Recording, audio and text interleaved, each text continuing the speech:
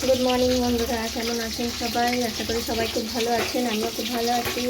চলে এসেছি আজকে একটা নতুন ব্লগ নিয়ে। এখন বাজে হচ্ছে 11:14 আর এখন থেকে আমি আমার ব্লগটা স্টার্ট করছি। তো আমার এখানে আজকে 3 রকমের মাছ এসছে বাড়িতে। একটা হচ্ছে তেলাপিয়া মাছ, একটা আছে পাবদা মাছ, আর একটা শোল মাছ। দেখাচ্ছি আপনাদের, দেখুন। এটা হচ্ছে পাবদা মাছ, এটা হচ্ছে শোল মাছ, আর এই যে তেলাপিয়া।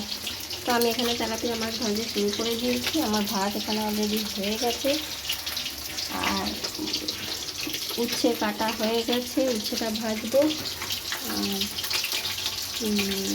সব জোগাড় করে নিই, সব রেডি করে নিই, পেস্ট করে নিই, মশলা পাতি, তারপরে পেঁয়াজ।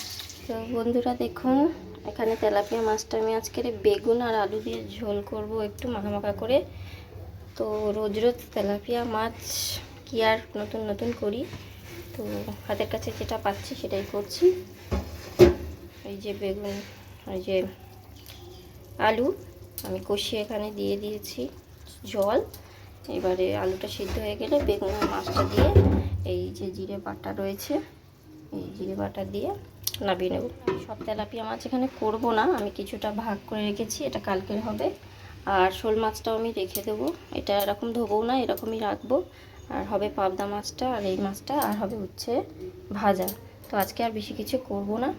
আর এখানে পাবদা মাছের জন্য সর্ষে বেটে রাখা আছে।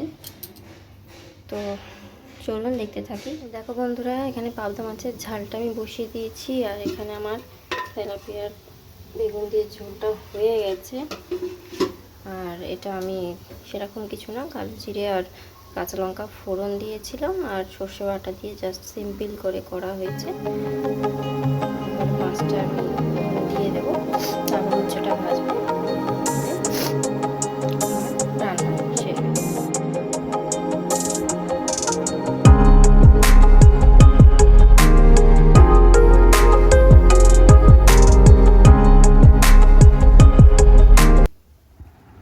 তো বন্ধুরা দেখো, খেতে বসে গেছি।